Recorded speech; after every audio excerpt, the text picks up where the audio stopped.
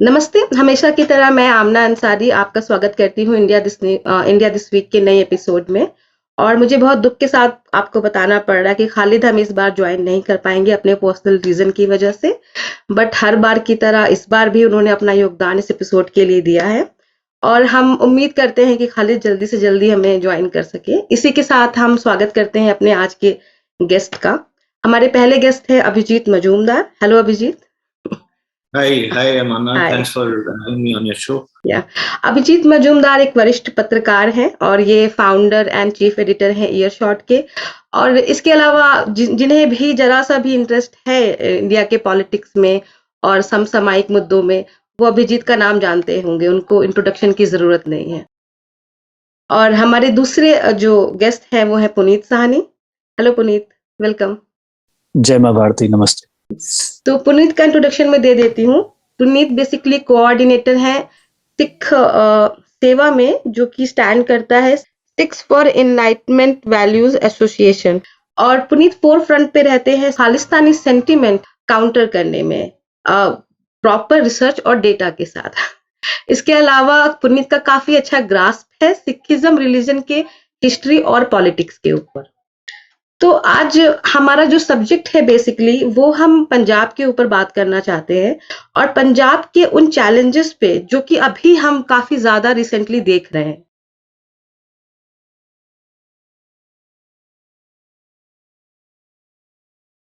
जैसे कि रिसेंटली हमने देखा कि एक दीपक सिंह नाम के जो आर्मी मैन थे, उनका गुरुद्वारा के अंदर लिंचिंग हो गया।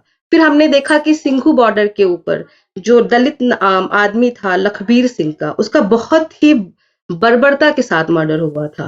देन अभी हमने दिसंबर में देखा कि जो गोल्डन टेम्पल है उसके प्रीमाइसेस में भी इसी तरह की चीजें हुई और इन रिजल्ट में उस लड़के की डेथ हो गई। इन सारे जब हम घटनाओं को देखते हैं तो एक चीज हमें समझ में आती है कि इन सबके पीछे एक ब्लास्फेमी, बेअदबी है। और ये जो मुद्दा है ये सिख समाज में हमेशा से रहा है, जिसके ऊपर शायद इतनी चर्चा हमने कभी की नहीं।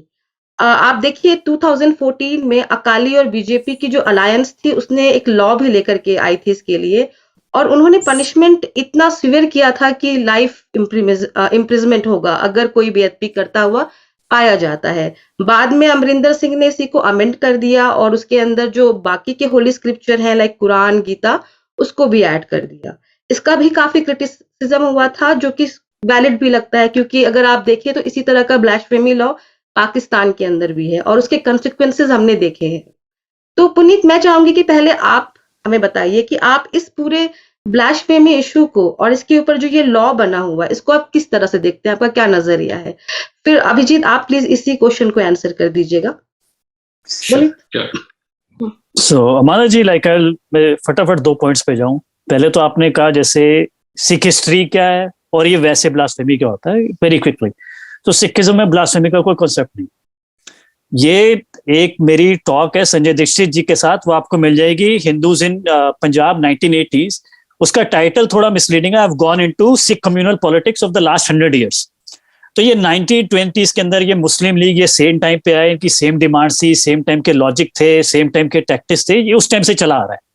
उससे पहले अगर मैं आपको एक छोटा सा एग्जांपल दूं, जैसे आपने एक शहर का नाम सुना होगा देहरादून। देहरादून का क्या मतलब है, उसका एक दून वैली के अंदर एक डेरा था। डेरा किसका था? एक सिख गुरु के बेटे का था। और आप अगर उसका वहां पे गुरुद्वारा है, वहां पे जाके वहां पे औरंगजेब की फोटो लिखी हुई है। तो वो बेसिकली उसने एक अपना राइवल घर बना लिया था। वो कहता था मैं गुरु हूं, और जो बाकी के गुरु हैं वो उनको गद्दी को चैलेंज कर रहा था, वो कह रहे थे ये महापुरुष है। ये मुस्लिम लीग कॉन्सेप्ट ये सारा इन्होंने बकवास बनाई हुई है। बाकी मैं आपको ये बताऊं, जैसे जो हिस्ट्री होती है, हिस्ट्री को ऑनेस्टली पढ़ना क्यों चाहिए। हिस्ट्री एक इंसान की ऐनक होती है। No, if I give you, जैसे आप मुस्लिम एनलाइटमेंट की बात कर रहे हैं, I support all of you, Khalid, आप आरिफ मोहम्मद खान जी का काम आगे बढ़ा रहे हैं। बट वेरी क्विकली आप देखिए, जैसे जो मुस्लिम गोल्डन पीरियड है, आप अगर उसके अंदर देखिए तो उसके अंदर 2 चीजें बड़ी कमाल की मिलती है। पहली बात, वो कभी मक्के मदीने में नहीं होता। That happens actually Baghdad area, जहां पे कल्चर्स का कॉन्फ्लुएंस है, जैसे इंडिया यहाँ पे हो सकता है। दूसरा बात, आप देखिए जब भी कोई अवेरोस या कोई महापुरुष पैदा होता है जो मुस्लिम समाज में, उस टाइम का राजा जो था, वहां पे कोई ब्लास्फेमी का कॉन्सेप्ट नहीं होता था। जो ज्ञान निकलता है, कोई जीवन परंपरा होती है, वो तो होता ही है कि बंदे सोचने की आजादी है, बोलने की आजादी है, क्रिटिक करने की आजादी है। अगर इन्होंने यहाँ पे ताले लगाने हैं, ब्लास्फेमी करनी है, तो बस पाकिस्तान बन जाएगा यहाँ पे, और ये यही नालायकी इस काम पे लगे हुए। I think Punit is right, because there was, in none of the Indic religions have this concept of blasphemy. We see it in Abrahamic religions. ना तो Hinduism में है, ना Jainism, ना Buddhism, ना Sikhism. So that is one aspect of the thing. The other thing is India. If you look at the progress of this Section 295. Under which, any sort of, so-called offensive actions against religion is punished. It has gone from bad to worse. I mean, first 295 was, said that injuring or defiling a place of worship with intent to insult the religion of any class. Now, from there, amendment was added to Section 295. And it became 295A, which said that deliberate and malicious act intended to outrage religious feelings of any class by insulting its religion or religious beliefs. So it is, it's slowly becoming broader and more abstract, which is why more number of people could be just brought into this. And then now in I think 2015 or 16, the Akali government in Punjab, they brought 295AA, which is deliberate, which criminalized blasphemy, as you rightly said, made it punishable by a life sentence, life in jail. And it says whoever causes injury, damage, or sacrilege to Guru Granth Sahib, Bhagavad Gita, Quran, or Bible with the intention to hurt the feelings of the people shall be punished with life imprisonment. Now, my point is that, this was preceded by a series of events where apparently about, more than 200 attacks or sort of, some kind of a incident involving Guru Granth Sahib were reported. Why were these incidents suddenly happening? Okay. Punjab we must understand that Punjab is a border state. There has been attempts in the past to foment serious trouble, separatism in Punjab. Right. And ISI has always been active in these activities, which we can speak about it later. But suddenly these incidents, and then the whole change in law, and then the fallout of it, we have seen barbaric murders in recent times. These, in my opinion, these are not these are not unconnected incidents. Yeah, you think this is not natural occurrence? No, there is some hand behind it. Yes. These are connected. Yeah. बोलिए कौन? एक हाँ अमना जी, एक तो ये जो 200 है ना, ये अखबारों में भी छप गया। मैं आपको एक बात कहूँ, ये वैसे जो अकाली टकसाली है ना, इनके जो क्लेम से बड़ा खबरदार रहना चाहिए। मैं आपको एक एग्जांपल दूं जो हम सबको पता है। जैसे आपको पता है दिल्ली में सिख राइट्स नहीं हुए, एक पोग्राम ही हुआ क्योंकि no Hindu died, about 3000 people died, right. Rajnath Singh ने एक स्टेटमेंट दे दीजिए कि वो जेनोसाइड हुआ। उस जेनोसाइड को करके इन्होंने कि देखो जी, एक राइट विंग गवर्नमेंट कह रहा है जेनोसाइड। इन्होंने अमेरिका की ना यहाँ पे स्टेट असेंबलियों से प्रस्ताव पास करा दिया कि सिखों का जेनोसाइड हुआ। और ये देखो कैसे बढ़ाते हैं। जैसे कैलिफोर्निया में पास हुआ, उसमें कहा कि बहुत हिंदुओं ने बचाया भी था, बट ये जो प्रोग्राम हो गया 3000 मर गए। फिर ये एक कैलिफोर्निया की यूनिवर्सिटी में गए, वहां पे कहते 7000 मर गए। और अभी 10 दिन पहले न्यू जर्सी की जो असेंबली में पास हुआ है, उसके अंदर तो जेनोसाइड ही जेनोसाइड है। वहां से ये भी हटा दिया, किसी लोगों ने बचाया, और कह रहे 30,000 लोग मर गए। अच्छा, नंबर बढ़ाते जा रहे हैं। 3000 से 30,000 कर दिए। ये ऐसे लोग हैं। और ये जैसे, और आपको मैं ब्लास्फेमी का बताऊं ना, पंजाब का बहुत सिंक्रेटिक कल्चर है। जैसे वो जो मैंने आपको टॉक भी बताई है, एक कपूर की भी किताब है, देयर वाज नो डिफरेंस। ये सिंधु सिख डिफरेंशिएशन भी ये अकालीज ने क्रिएट किया है। बट ये जो पहला इंसिडेंट आता है, that comes in 1982, that is 2 years before blue star. उस टाइम पे जो भिंडरांवाले की पार्टी थी, जो इलेक्शन हार जाती थी, उसको कहते थे दल खालसा। दल खालसा ने कोई बछड़े काट के पता नहीं काली माता मंदिर में फेंके और उसकी रिस्पॉन्सिबिलिटी ली कि हमने ये काम किया हुआ है। ये तो सारा काम, ये मैं आपको बता रहा हूँ ना, जैसे पाकिस्तान है, जैसे मैंने आपकी बताया इनकी पॉलिटिक्स एक है, तो पाकिस्तान 97% है, बट उनका दीन हमेशा खतरे में रहता है। दीन का तो उन्हें पता ही नहीं, मजहब खतरे में रहता है, ठीक है। वहीं पे ब्लास्फेमी रहती है। अब बताओ किसी की हिम्मत है वहां पे 97% में ब्लास्फेमी कर दे? किसी को करनी है भाई यहाँ पे आके कर दे, यहाँ पे तो कोई है ही नहीं। अब ऐसे आप पंजाब में भी देखिए जहाँ पे 60% सिख हैं, वहीं पे ब्लास्फेमी होती है, या निहंगों के शिविर में ब्लास्फेमी हो जाती है। भाई हरियाणा में 5% है, दिल्ली में 2% है, पूरी इंडिया में 0 से लेके 1% है। अगर कोई हिंदू या वैसे कोई ब्लास्फेमी करना चाहता है तो वो तो वहां करेगा ना, कि वो बेवकूफ है कि निहंगों के जाके कर देगा। तो ये इनकी अपनी कम्युनल पॉलिटिक्स है, जैसे ये पाकिस्तान में होता है, यहाँ पे इन्होंने मिनी पाकिस्तान बनाया हुआ और ये यही पॉलिटिक्स कर रहे हैं। ठीक है, ब्रिलियंट काफी सोचने पे मजबूर कर रहा है आपकी जो आपने जो भी हमें नॉलेज दिया है, उसको अब बैठ के मुझे सोचना पड़ेगा कि हाँ इसके पीछे क्या क्या हो सकता है रीजन। ठीक है, इसी के साथ मैं एक जो दूसरा क्वेश्चन पूछना चाहती हूँ वो है डेमोग्राफी को थोड़ा लेकर के, कि अगर 10 साल के अंदर यानी 2001 से 2011 तक जो सिख पॉपुलेशन था वो 59.9% से घट के 57.69% हो गया, जबकि जो क्रिश्चियंस का पॉपुलेशन था वो 1.2 से बढ़ के 2%, यानी ऑलमोस्ट डबल हो गया फिगर। तो कन्वर्जन, स्पेशली क्रिश्चियन जो कन्वर्जन है वो काफी चल रहा है पंजाब के अंदर। तो एक चीज मैं पूछना चाहती थी पुनीत, कि आपको क्या लगता है कि फ्यूचर में कुछ थ्रेट पोसेस हो सकता है या किसी तरह के चैलेंजेस आ सकते हैं पंजाब के सामने इन कन्वर्जन को देख के? ऑल्सो एक चीज और समझ में आती है कि अगर ये कन्वर्जन हो रहे हैं तो कई बार ये भी सुनने को मिलता है कि मोस्टली ये दलित सिख कन्वर्ट होते हैं।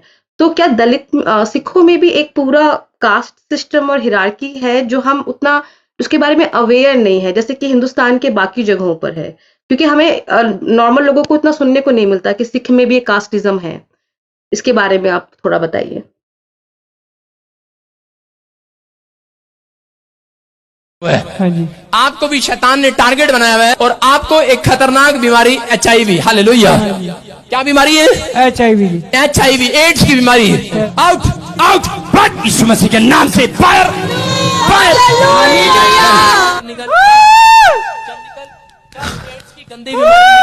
एड्स की बीमारी निकल जा, चल एड्स की बीमारी निकल जा, निकल जा। एड्स की बीमारी जो दोनों को छोड़ दे, चल निकल एड्स बाहर, चल एड्स की बीमारी निकल बाहर, एड्स की गंदी आत्मा उठाओ। परमेश्वर आपकी रिपोर्ट को नॉर्मल करने के लिए जा रहा है। इन्होंने जब नेक्स्ट डे जाके रिपोर्ट करवाई, इनकी HIV की रिपोर्ट बिल्कुल नॉर्मल है। मैं यीशु दी दीवानी हो गई, मैं यीशु दी दीवानी हो गई, के लिए तारीफ करें परमेश्वर की। यीशु दी दीवानी हो गई, मैं यीशु दा दीवाना हो गया। मैं तो आपको कास्टिज्म का ये बताऊं आमना जी, जैसे 23 मार्च 1940 को ये हुआ ना, पाकिस्तान की रेजोल्यूशन हुई, तो आप जिन्नास पेपर आई थिंक वॉल्यूम 10 में 2 मार्च 1940 मतलब एग्जैक्टली 3 हफ्ते पहले वो लेटर पड़ा है जिन्नास के पेपर्स में। उसके अंदर जो SC STों का जो है वो, तो उसका नाम था बिशन सिंह की किशन सिंह, अब मैं नाम थोड़ा भूल गया। वो जिन्ना को चिट्ठी लिखता है कि भाई हमें तो ये गुरुद्वारे में भी नहीं घुसने देते, हमारा तो ये है कि हम जो बाहर की सीढ़ियां वहां से दर्शन कर सकते हैं, तो अगर आप हमें बराबरी दिलवाओगे तो हम मुसलमान बनके पाकिस्तान में आना चाहते। ये उस टाइम की, ये तो कास्टिज्म तो हर जगह है भाई, ये कास्टिज्म किसी के कहने से हट जाता है क्या? तो गुरु महाराज ने तो कोशिश की, जैसे आप कोई भी कितना महान से महान संत हो, वो कहे आज से करप्शन बंद, कोई करप्शन बंद हो जाएगी? ये तो एक सोशल रिफॉर्म होता है जिसके अंदर पीढ़ियां लगती हैं, उसके अंदर आपको इंसेंटिव क्रिएट करने पड़ते हैं। तो उन्होंने वैसे, जैसे गुरुओं ने कहा असल में कम जाता हुआ है जो नाम ना जपे। उन्होंने कहा जो सबसे बड़े जो हमारे संत हैं जैसे रविदास, वो दलित थे, उनको ग्रंथ साहब में डाल दिया। तो उन्होंने दिखाने की कोशिश की, ऐसे किसी के ना करने से तो हो थोड़ा ना जाता। बाकी आपकी जो, मैं आपको एक हमने जी एक बड़ी पर्टिकुलर बात बताता हूँ, ये देखो इनका जो है ना अकाली, इसको सब कुछ भी मिल जाए ना ये तब भी विक्टिम है, ये कभी इतने नाशुक्रे हैं। मैं आपको एग्जाम्पल बताऊं, देखो जो माइनॉरिटीज बनी थी ना जब संविधान था, तो मुसलमान और क्रिश्चियन को माइनॉरिटी का दर्जा दिया गया। उससे क्या होता है, उनके रिलीजियस इंस्टीट्यूशन प्रोटेक्टेड है, माइनॉरिटी राइट्स फला फला मिल जाता है। बट क्योंकि उनको कहा कि तुम अलग रिलीजन हो, उनको कोटा बेनिफिट नहीं मिलता। जो SC ST थे उनको कोटा नहीं मिलता, जो सिख थे उनको माइनॉरिटी तो मिल गया। अब ये कितने इनको पता नहीं है, ये जाहिल हैं या ये बहुत बड़े बदमाश हैं। अब लोगों को पता नहीं, the maximum number of SC ST are actually in Sikhs, they are not in Hindus, they are not in Muslims. उस टाइम जो था तो इन्होंने कहा कि हमें अगर तुमने SC ST में कोटा ना मिला तो ये सारे के सारे हिंदू चले जाएंगे, क्योंकि हिंदू सिख का तो कोई फर्क ही नहीं है। अगर मान लो आपको नौकरी मिलती है अपना हिंदू लिखने से तो सारे सारे कहेंगे, तो इन्होंने कहा हम खून की नदियां बहा देंगे, हम तलवारें चला देंगे। तो उस टाइम सरदार वल्लभ भाई पटेल ने एज अ स्पेशल फेवर सिखों को दोनों चीजें दे दी कि तुम अपने माइनॉरिटी इंस्टीट्यूशन भी ले लो मुस्लिम्स और क्रिश्चियन की तरह, और तुम कोटे भी ले लो हिंदुओं की तरह। और ये तब भी अपने आप को देखो कहते हैं हम जी विक्टिम है, हम फला है, ढिमका है, क्योंकि इनकी, मैं आपको बता रहा हूँ ना, एक सोच ही वही बन चुकी है कि धर्म खतरे में है, किला बना दो और ये हमें खा जाएगा। तो ये यही कर रहे हैं। किसी माइनॉरिटी को किसी कंट्री के अंदर, मेजॉरिटी को भी इतनी प्रिविलेजेस नहीं है जितनी सिखों को मिली हुई है। बाकी मैं तो ये कह रहा हूं जो क्रिश्चियन पॉपुलेशन है दैट इज अंडर रिप्रेजेंटेड, क्योंकि जिस दिन वो पेपर पे अपने आप को लिखते हैं क्रिश्चियन, उनके सारे कोटा बेनिफिट चले जाएंगे। और ये कोई छोटा मोटा बेनिफिट नहीं है।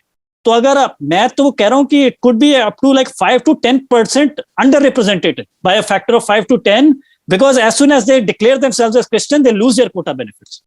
राइट। अभिजीत, आपका क्या कहना है इस कन्वर्जन पे? Puneet is right. I think we are grossly underthinking the figure. It could be as it could well be a 10% of Punjab, which is already what some people called crypto Christians. Many of them, where they wear their Sikh identity, but they have converted to Christianity. They avail all the benefits of quota and everything, but they are also practicing Christians. And the thing is that again, Punjab being a border state, that is worrying, and most of the conversions have been taking place along the border, especially along the border districts. The conversions have been the most pronounced, and these are called Changai Sabhas, in which the current Chief Minister Channi was supposed to attend a Changai Sabha. There were massive. There was massive outrage from Sikh and Hindu groups, after which he and even Sonu Sood and his sister were supposed to attend. So they then washed their hands of it, saying that no, we we didn't know what this was about and whatever. Changai Sabha is basically, where they try and convert people using all sorts of deception. They, the missionaries are building churches which resemble gurdwaras, for instance. Using words like guru, etc., etc. That the terms that are popular in Sikhism, they're using that.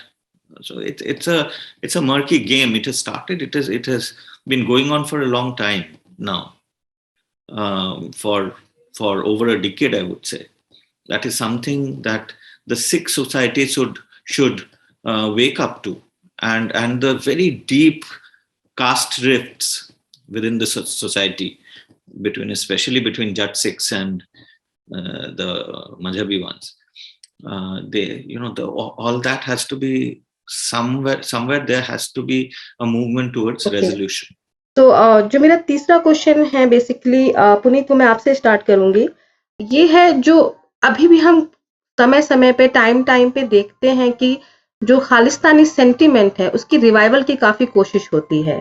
तो 2014 में हमने देखा कि दमदामी टकसाल ने एक पूरा memorial बनाया है भिंडरवाला का, और जो ब्लू स्टार के अंदर जो मिलिटेंट मारे गए थे, और ये गोल्डन टेम्पल के शायद बगल में ही है। और अभी ये हालत हो गई है, जो मैं रिपोर्ट्स पढ़ रही थी उसके हिसाब से, कि जो भी जाता है अमृतसर गोल्डन टेम्पल में वो वहां होकर के ही जाता है।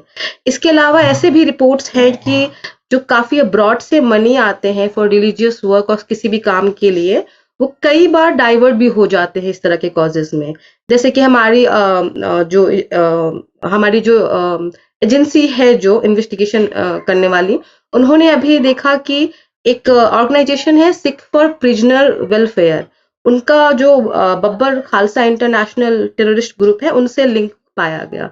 तो इस तरह के छोटे-मोटे इंसिडेंट आप देखते ही रहते हैं। तो आपको क्या लगता है, क्या ये रियल है या कुछ ये बड़ा है, या फिर ये छोटे-छोटे प्रयास हैं जो कि कहीं जाएँगे नहीं, लेकिन ये चलते ही रहेंगे हमेशा?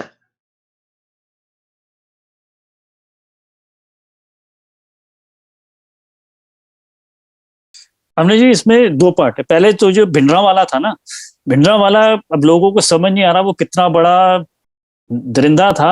ही वॉज बेसिकली खादिम हुसैन रिजवी, जो आपको पाकिस्तान में मिला ना, जो बदजुबानी करता था, नफरत करता था, हर आग लगाए। और खालिद हुसैन रिजवी को तो फिल फारसी आती थी, वो फिर कुरान वुरान कोट कर सकता था अरबी। आप कभी भिंडरा वाला को देखो, वो तो गांव में जैसे पंचर की दुकान होती है ना, वहां पे जो लड़के टाइप खड़े होते हैं, वैसे उसकी कोई आर्ग्यूमेंट होते थे।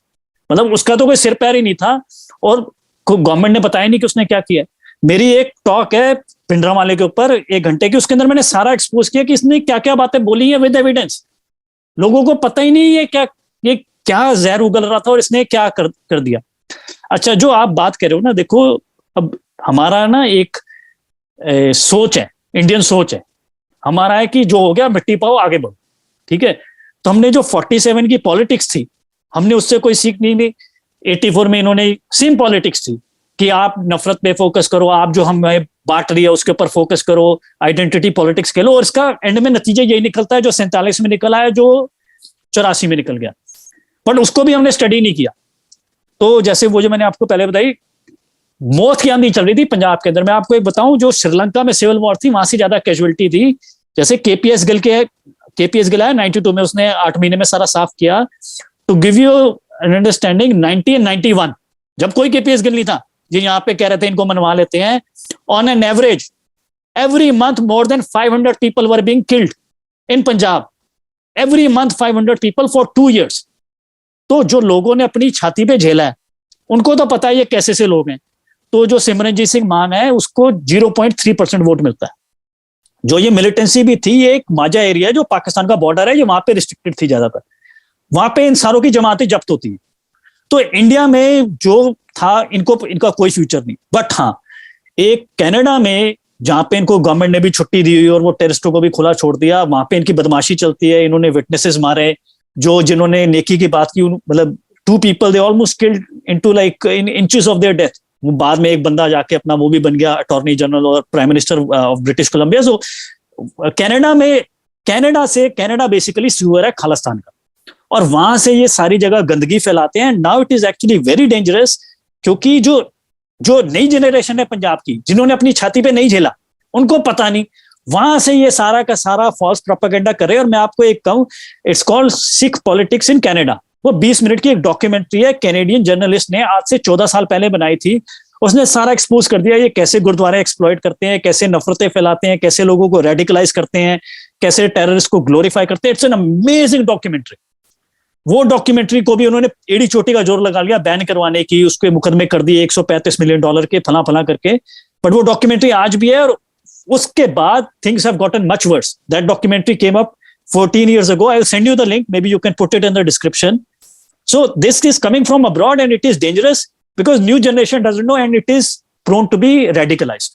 Again, Puneet is absolutely right. The epicenter is Canada, but it has now, it is fairly active in the US, in UK, in Germany.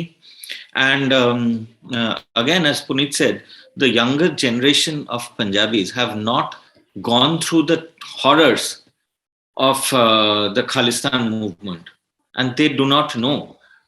Now the thing is that the latest wave of Khalistan revival, Khalistani movement was in the back burner for a long time, but the latest revival happened after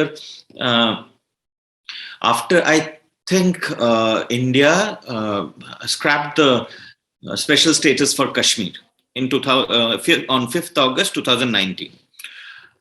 And Modi ji visited the US. He was in Houston. He hosted a huge rally.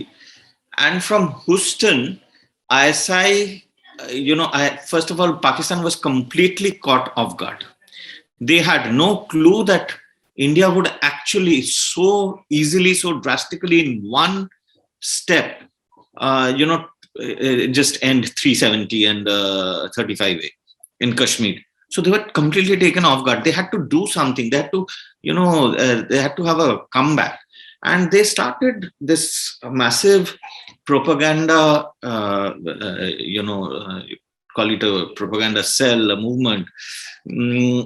So this also started from Houston, and now what is being called the Houston Network. It's clearly funded by the ISI. It tries to influence the highest decision-making bodies in the US, and it is mainly run by this organization called Friends of Kashmir, headed by one Ghazala Habib, also the current US ambassador, Pakistani ambassador to the US. What's his name? Mansoor Khan, I think. He's a total terror fanboy and cheerleader and enabler. So he was also part of this whole initiative, and as part of this, they were, suddenly one realized that some of the prominent speakers at their conferences were from those Sikhs for Justice, Khalistani-backed body in Canada, US, and one of their prominent speakers was a designated terrorist, G.S. Pannu, whose videos now you see, spewing venom at India, and this whole revival of the Khalistani movement has been, there is a very strong ISI hand behind it, and that is worrisome. It's worrisome for Sikh society. Look at what has happened. It's absolutely egregious for Sikhs to ally with Pakistan and its agencies, because look at what is happening to the Sikhs in Pakistan. There is systematic rape, conversion, murder, and decimation of the gurdwaras, just as with Hindus and Christians. Look at Afghanistan. When Taliban came around this time, in a population of 38 million, there were only 700 Hindus and Sikhs left. 656 and 50 Hindus. I'm sure they must have also come back or killed or whatever. But so it's a land where prominent Sikh kings ruled, which was Buddhist for a long time, Hindu for a long time. There is nothing, absolutely decimated. So they will be the friends, they will be allies and friends of Sikhs. They will think of the good of Sikhs. This is, it's like giving your baby to a wolf to sing lullaby. Right. Totally. अच्छा माना जी, sorry to, मैं एक point कहूँ, जैसे अभी बता रहे थे, जैसे हिंदू सिख का ना, ये देखिए एसजीपीसी जो थी ना, इनको बेसिकली पंजाब के गुरुद्वारों को मिला। ये जो हिंदू सिख डिवाइड भी इन्होंने शुरू की ना, मैं आपको जैसे बता रहा था, जैसे अफगानिस्तान में जाइए ना, वो अपने आप को नानकपंथी कहते हैं। अच्छा। हिंदू सिख के कोई डिवाइड नहीं है, आप उनको देखिए ना, वो अपने पूजा स्थलों को गुरुद्वारा नहीं कहते, वो धर्मशाला कहते हैं। और जैसे जो सिंधी भी थे ना, वो अपने आप को गुरु मंदिर कहते हैं, वहां पे भी नानकपंथी है। जैसे अभी आपने पीछे सुना होगा, कोई 12 साल के बच्चे का रेप हो गया था, पहले उन्होंने कहा वो सिख लड़का है, बाद में देखे गए तो उसके बाल नहीं थे, फिर उन्होंने कह दिया हिंदू लड़का है, फिर उसके घर में देखो तो वहां पे तो गुरु नानक भी हैं और देवी माता भी हैं। तो ये जो बिल्कुल सिंक्रेटिक कल्चर होता था, ये जो हिंदू सिख डिवाइड भी है, ये सारी एसजीपीसी की क्रिएटेड है। जो पंजाब से बाहर है, वहां पे उनका कल्चर आज भी एक है और उनमें कोई डिस्टिंक्शन ही नहीं। ये तो यही इनका क्रिएट करने का काम है एसजीपीसी का ही, आई थिंक, कंट्रोल रहता है गुरुद्वारा पे। Guru Nanak as a Hindu reformer, Buddha as a reformer of the religion, जहाँ पे of the faith. Right. मैं तो आपको, ये अलग हो गया, मैं आपको एक बताऊं, जैसे जो मेन हिंदू रिवाइवलिस्ट थे पंजाब में, सबसे ज्यादा एक्टिव थे आर्य समाजी। मैं आपको बताऊं, इनकी आपस में बढ़ते थे ना ये सिंह सभा गुरुद्वारे, तो मैंने तो न्यूज़पेपर की कटिंग लगा दी, तभी ये मेरे से पागल हो रहे थे। 1893 के ट्रिब्यून में है कि जो आर्य समाजी और जो सिंह सभा वाले हैं, ये एक साथ काम कर रहे हैं, शुद्धि भी एक साथ कर रहे हैं, क्योंकि ये अपने आप को रिवाइवलिस्ट ही समझते थे। ये तो सारा एसजीपीसी जब से ये चढ़ गई, इन्होंने अपने आप कुछ बनाया हुआ है। This is all post 1918 think this happened. 1918 से पहले हमारी बिल्कुल अलग हिस्ट्री है। 1918 के बाद they have created a mini Pakistan here. Okay, I think अभी तो वो ये भी कोशिश कर रहे हैं कि सिख पर्सनल लॉ अलग होना चाहिए। मैंने रिसेंटली पढ़ा था कि इस तरह की बातें भी अभी स्टार्ट कर दी गई है। अब आमने जी, मैं आपको बताऊं, ये रिफॉर्म है ना, इनके ऐसे ये गवार ऐसे जाहिल है, मैं आपको बताऊं, ये तो कहते हैं हम जी रिफॉर्म कर रहे हैं। आपको देखिए कोर्ट को इंटरफेयर करना पड़ा। ये तो कहते हैं हम औरतों को कीर्तन नहीं करने देंगे हरमिंदर साहिब गोल्डन टेम्पल के अंदर, एंड कोर्ट है टू इंटरफेयर, और कोर्ट तो जो मर्जी कहता रहे। आज तक आपने देखा है, हम तो बात करते हैं विमेन एम्पावरमेंट की, कोई भी सोशल रिफॉर्म है यहीं से शुरू होता है। और कहां से शुरू होता है कि विमेन एम्पावरमेंट करो, और ये 21वीं सदी में कह रहे हैं कि हम औरतों को कीर्तन नहीं करने देंगे। भाई फाइटर पायलट, लोग तो कह रहे हैं आज औरतें, आज मैं देख रहा था 26 जनवरी पे वो लेडियां फाइटर पायलट चला रही हैं, वो फाइटर पायलट भी चला सकती हैं, और ये कह रहे हैं हम कीर्तन नहीं करने देंगे। ये कौन सी सदी में जीते हैं बताओ आप। बिल्कुल, हमें और पुनीत की जरूरत है जो इस चीज को हाईलाइट कर सके और अच्छे से फाइट कर सके। अच्छा, इसी के साथ मैं चौथा क्वेश्चन पूछूंगी। अभिजीत, मैं चाहूंगी कि इसका आंसर आप दें पहले। तो मेरा बहुत ही सिंपल सा क्वेश्चन है, आपको क्या लगता है कौन बनेगा पंजाब के मुख्यमंत्री का चेहरा? एंड आपके ऑप्शन भी मैं दे रही हूँ। ऑप्शन ए है दलित चेहरा चन्नी जी, ऑप्शन बी है हमारे बिना पेंदी के लोटे सिद्धू जी, जो कभी इधर कभी उधर, उनके स्टेटमेंट भी बदलते रहते हैं। ऑप्शन 3 सी है भगवत मान जी। आई थिंक उस पर आपने एक आर्टिकल भी लिखा है उनके ऊपर कि उनकी काफी ग्राउंड पे अच्छी पकड़ है। एंड जो हमारा चौथा ऑप्शन है वो है हमारे पूर्व मुख्यमंत्री जो रह चुके हैं कैप्टन अमरिंदर सिंह। तो आपके हिसाब से इन चारों ऑप्शन में किनके चांसेस ज्यादा हैं?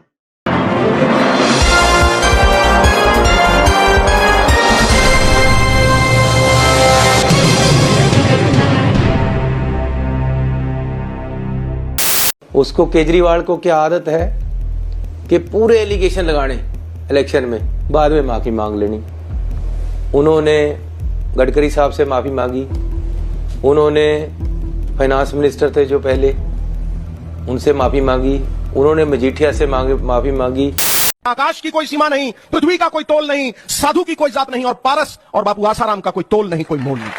आकाश की कोई सीमा नहीं, पृथ्वी का कोई तोल नहीं, साधु की कोई जात नहीं, और पारस और नरेंद्र भाई मोदी का कोई तोल नहीं, कोई मोल नहीं।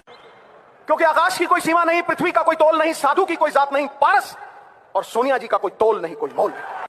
आकाश की कोई सीमा नहीं, पृथ्वी का कोई तोल नहीं, साधु की कोई जात नहीं, और पारस और बाबा नानक का कोई तोल नहीं, कोई मोल नहीं। बहुत लड़के मर रहे हैं, उनको बचा लो जी, बस। आप क्या करिए मुझे? मैं सांसद भी हूँ जी, प्लीज मैं सांसद भी हूँ, प्लीज हमारे बच्चों को बचा लो पहले, वो मर रहे हैं जी, बस मैं डिप्रेशन में हूँ, जो मर्जी।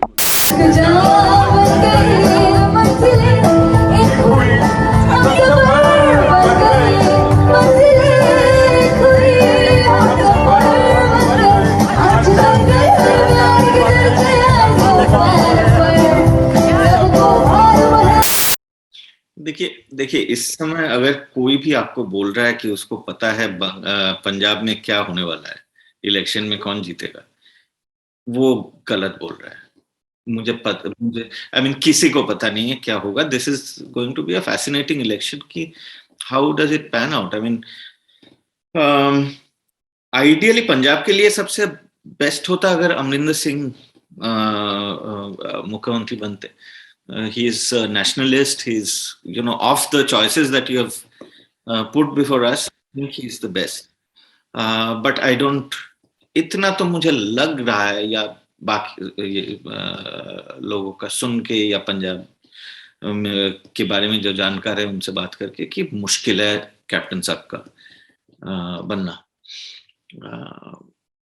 Channi was a good choice for Congress instead of Sidhu, because Sidhu is a loose cannon, and they would Channi kind of has brought Congress back to the game very strongly.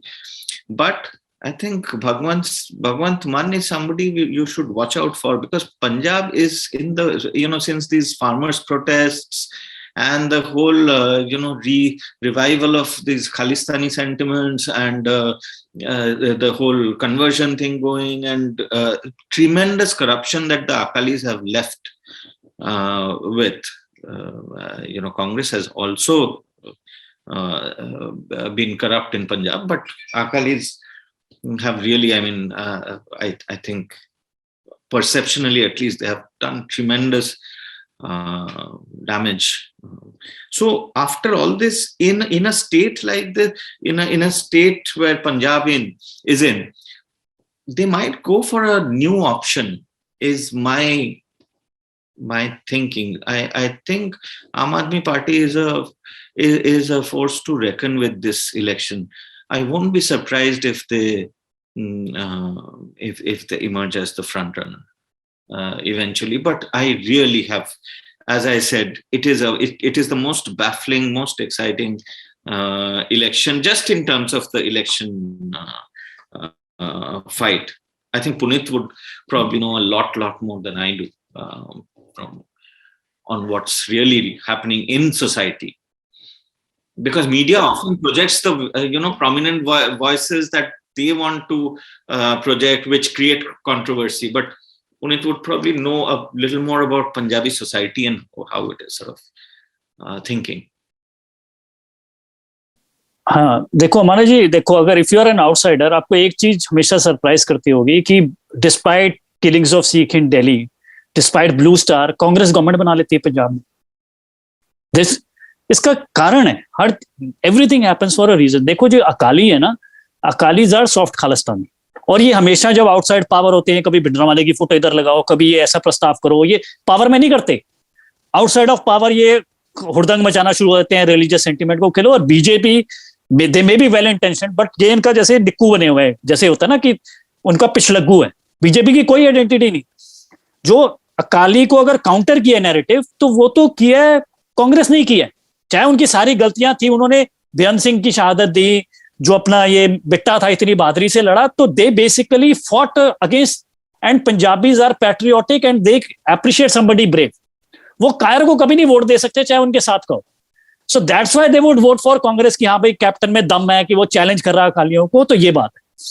अब देखो जो किसी election होता है ना, तो fringe element होता है. अगर दो पक्षी लड़ाई है, if it is a two corner, तो जो फ्रिंज एलिमेंट है वो अलग हो जाता है. उसका कोई फर्क नहीं पड़ता कि तू 3% ले कि 5% ले, कोई फर्क नहीं पड़ता. But once it becomes a four-cornered contest, then the fringe player, they become like very powerful. They start dictating कि क्या होगा क्या नहीं होगा. So this has become a four-cornered contest, and I am very perturbed. And ये हमें बता रहे थे हमारे बड़े हैं कि ये आम आदमी पार्टी का चांस है. आम आदमी पार्टी आ गई, because if you look at where Punjab is going, Punjab में 100% आग लग जाएगी, जितनी मेरी समझ है. तो this is a good choice कि कैप्टन साहब हैं, and BJP is standing on its own, away from this curse of Akalis. So he has, and he has experience कि उन्होंने देखा है कि he has lived through the Punjab. बाकी तो सारे यार, ये सिद्धू का तो कोई दीन ईमान ही नहीं है. वो एक ही शेर होता है, कभी उसके अंदर पता नहीं केशुभाई पटेल का नाम डाल देता है, कभी नरेंद्र मोदी का नाम डाल देता है, कभी सोनिया गांधी का नाम डाल देता है. जैसे मर्जी कल कोई और इसको पैसे देगा, कोई केजरीवाल का नाम डाल देगा.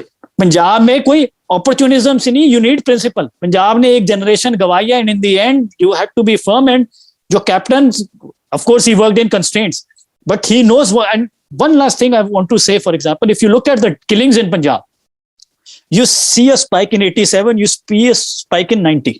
So of course many other things are happening, but what happens in 87? First of all, Pakistan sends AK-47 in large numbers, so technology changes. If the terrorists were fighting with AK-47, so the killing shot up. If you look at the numbers, in 1990 IED comes from Pakistan, and then against the killing shot up कि वैसे जो है, like the police did it, अब वो blast कर दिए. ये जो सारे मरे भी हैं, बेअंत सिंह, ये सारे ब्लास्टों से मरे हैं. तो अब जो थर्ड टेक्नोलॉजी आ गई है, drone. Of course, like India is a much stronger country, and it has set certain deterrent, like Modi will hit back if something happens. But still, it is very dangerous, because I'm seeing a third technology that is coming that can create a lot of chaos in Punjab. So I would just say, okay, vote for Congress, or maybe vote for Captain Saab. But if AAP comes, then Punjab is completely down the drain.